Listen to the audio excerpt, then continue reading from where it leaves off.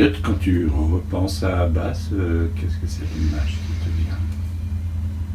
C'est sa voix en fait qui me vient en premier. C'est cette voix qui est lente, qui prend le temps de la pensée, de l'image, de ce qu'il ressent et qui est spécifique à la personne à qui il parle. Quand je pense à lui, je pense à sa... quand il choisit un plan, il n'a pas d'hésitation. Il y a une sorte d'évidence et il sait exactement comment axer, où est son centre et comment axer sa caméra. Avec une détermination, une facilité. Et Abbas, c'est cette douceur. Et en dessous, on sent ça peut être beaucoup de choses. Ça peut être de la colère, ça peut être une vigilance, ça peut être des choses que l'homme traverse, mais il y a cette douceur qui est latente, qui est dans sa voix, dans sa langue, le farsi, dans son regard, qui, même s'il est caché derrière les lunettes noires, il y a une douceur qu'on peut deviner. Avec Abbas, on a beaucoup ri, il y a une sorte de joie qu'on a pu partager facilement, traverser, et de se balader en voiture, de se balader on a été ensemble à Isfahan, ou dans la maison où il a écrit nombreux de ses scénarios.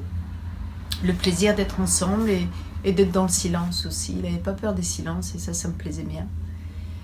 Et il adorait raconter des histoires. Donc on s'est raconté plein d'histoires. Et comme il était obligé de les raconter en anglais parce que je ne connais pas le farsi et lui pas le français, donc il était toujours très fier de pouvoir quand même se faire comprendre en anglais. Une certaine fierté. Et comme réalisateur sur le tournage, par rapport à d'autres grands cinéastes avec qui tu as travaillé, il y avait quelque chose de particulier? Oui, mais les grands cinéastes, en fait, ça se passe d'une façon très très simple. C'est ça pour moi, ce qui m'étonne le plus, c'est que il m'a laissé vraiment la liberté, un espace de liberté.